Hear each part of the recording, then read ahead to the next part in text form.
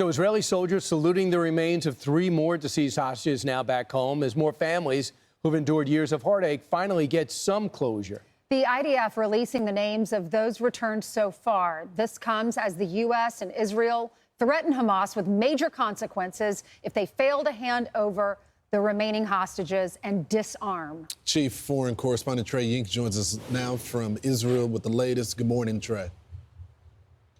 Yeah, hey guys, good morning. Overnight.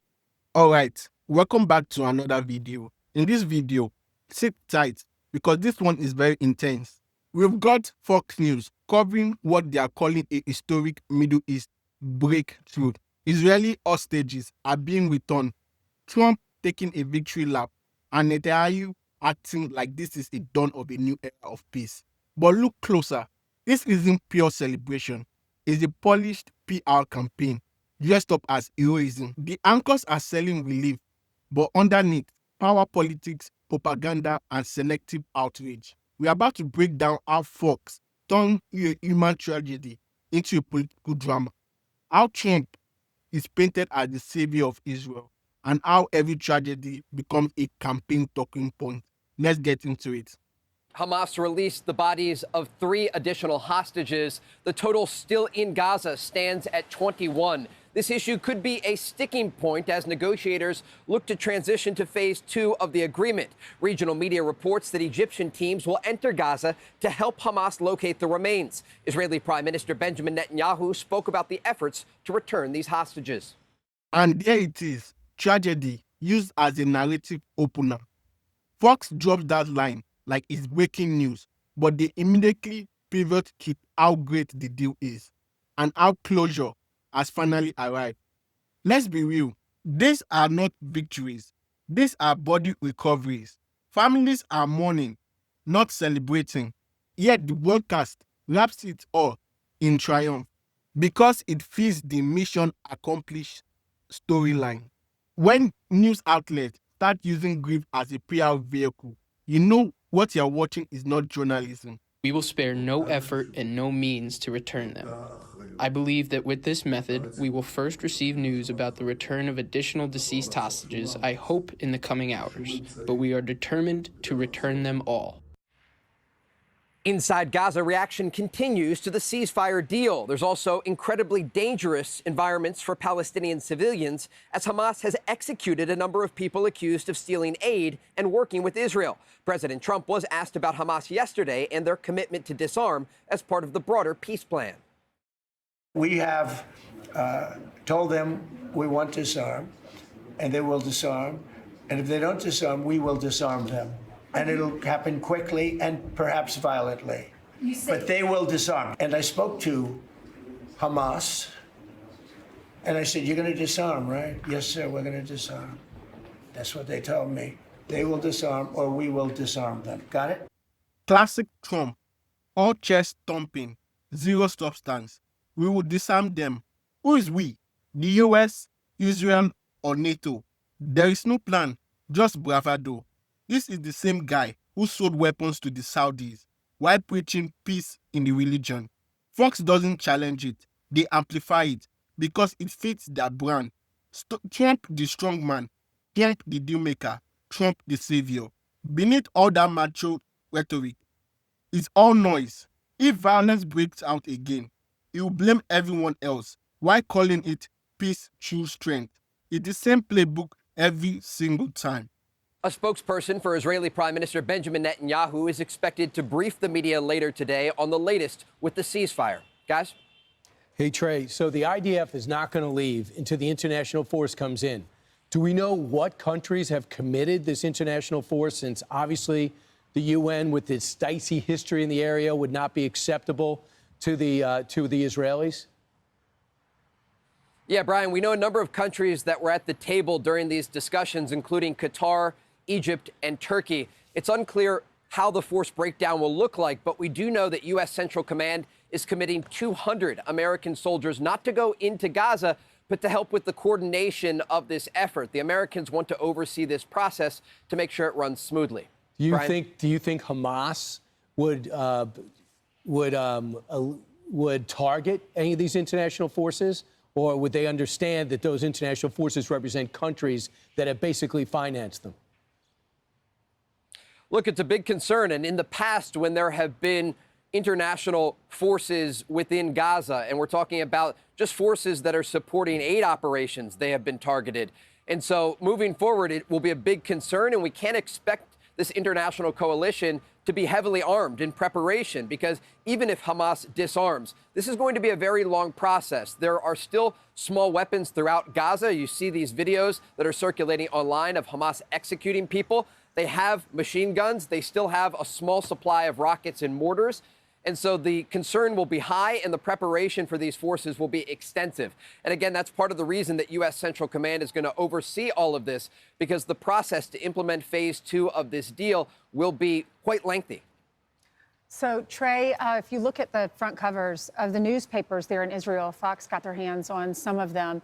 And the first one is the Jerusalem Post. It says, "The nation elated as living hostages return home." You see all these pictures of the reminders of when they're reunited with their family members. What is the mood now in Israel? The mood is a mood of elation across Israel following this successful peace agreement that led to the release of 20 living hostages. The Israeli people waited for more than 2 years, and they were promised back during the Biden administration that this war would come to an end, that negotiators would find a solution, and it just didn't happen. And it dragged on and on until President Trump sent his Middle East envoy, Steve Witkoff, and son-in-law, Jared Kushner, with a mission to get the deal across the finish line. And so there has been a mood of celebration. Last night, there was the end of the Jewish holiday of Sukkot with a holiday called Simchat Torah. And you could see in the streets of Tel Aviv, people were dancing. They were holding Torahs. And it was a mood that we'd not seen here since the October 7th massacre. And you do get this sense of relief among the Israeli people because they've been waiting for this moment. And so there are still difficult days ahead. You heard reminders from the families of the hostages who came out saying, don't give up yet. There are still 21 bodies being held by Hamas. But there's an understanding that the Middle East has entered into a new chapter. And despite the challenging days ahead and the challenges that will come with trying to implement phase 2 of this broader peace plan, there is hope in the Middle East for the first time in so long. All right, great job out there, Trey. You know, And great interview with the president. exactly right there. Even the president gave him some kudos for his excellent reporting throughout this entire war. You don't want to blow up the deal that's just happened with peace. But when you have Hamas clearly violating it so soon, they haven't released all the hostages, and they're executing the bodies. And they're executing their own citizens right now. And so I don't know if it's going to be us to enforce that, but at least the Arab world has to step in and say, hey, are you going to blow up the deal this quickly? You have zero leverage. You've already released all the living hostages. This only ends one way. And that is the sound of propaganda locking in. Only one way. That is not news. That is a marching order. Fox loves using finality like this because it shuts down the debate. It makes only one version of the truth feels inevitable. But the Middle East doesn't work like that. It never has. Saying there's only one way is like saying chaos is already scripted. Spoiler, it is not. Every peace plan starts with force and ends with another round of bloodshed. So when you hear that phrase, that is not confidence, that is control. Well, when Benjamin Netanyahu was interviewed, he said they do have to disarm, and he said this is what it looks like. The first Hamas has to give up their arms. Second, they have to make sure there are no weapons factories in Gaza and no smuggling of weapons into Gaza. We are learning more, Brian, about some of the hostages and what they went through. Yeah, so let's go over some of them and what they've told us already about their captivity. Brutal as you can imagine. First off, to find out that their captors are professionals, not necessarily full-time terrorists. He says he was, Aventon Orr says he was isolated for 2 years, starved and lost 40% of his body weight. Matan Angris, brutally beaten and psychologically tortured with lies about his family. Says his family was dead. Thankfully, they weren't. And then Elkanah Bot, shackled in darkness, starved, lost all sense of time and space. Ram Braslovsky, shot at, beaten, kept in complete darkness without showers. Avatar David was bound, starved, and forced to dig his own grave. And Ziv and Gali Berman were held separately and completely cut off from the world.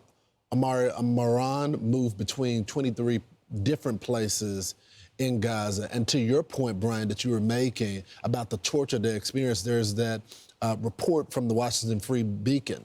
And it talks about the people that tortured them were teachers. Yeah, one was a first grade teacher, lecturers at colleges and universities. So for all of the rhetoric in the media about, innocent people that's in Gaza, people that were professionals that had graduate degrees were a part of Hamas. That shows you about the indoctrination That's at exactly such a young right. age. They all wanted to take part in it, even if they weren't a part of Hamas, or maybe they are a part of Hamas, Yeah. even though they're doctors and lawyers. So here's some of comments from the hostage families. They speak out after the return of all 20. My deepest, heartfelt gratitude to President Donald Trump. Because of you, I'm alive. Thanks to you, I'm standing here today. And thanks to you, my little brother is finally home.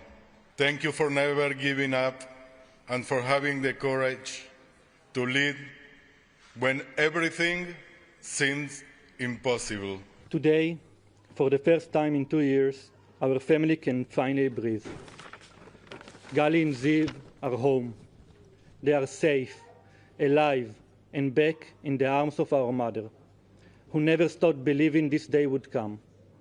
For 738 days, our lives were trapped between hope and fear. Yesterday, that chapter ended. Seeing Gali and Ziv again, holding them after so long, was like feeling the world start to move again. That there are still 24 hostages held by Hamas, whose families long for foreclosure. They deserve to be honored and given a proper burial. I call on the international community to keep pressure on Hamas. We will not stop our as family until all the remaining 24 hostages are home. Right, and the question is, I mean, are they doing this on purpose, or they really can't find them? Or the other Which could bodies? be a real possibility. Right. But now with the Egyptians going in, and because the president has a great relationship with them, hopefully we have an honest broker that's going to be able to tell us the truth if they're actually missing or are they just holding them back. So we're going to have Eli Sharabi, who was a hostage for 491 days in Gaza, and he is going to speak with us. Powerful story, and it deserves to be told. But notice how Fox frames it. The emotional testimony becomes the emotional endorsement. They take the human suffering and aim it straightforward towards Trump narrative. Thank you, Mr. President becomes the headline. Not how did it get this bad or why were these people abandoned for so long. That is not compassion. That is manipulation. And pain should not be edited into a campaign material. That's all, folks. Thank you for watching.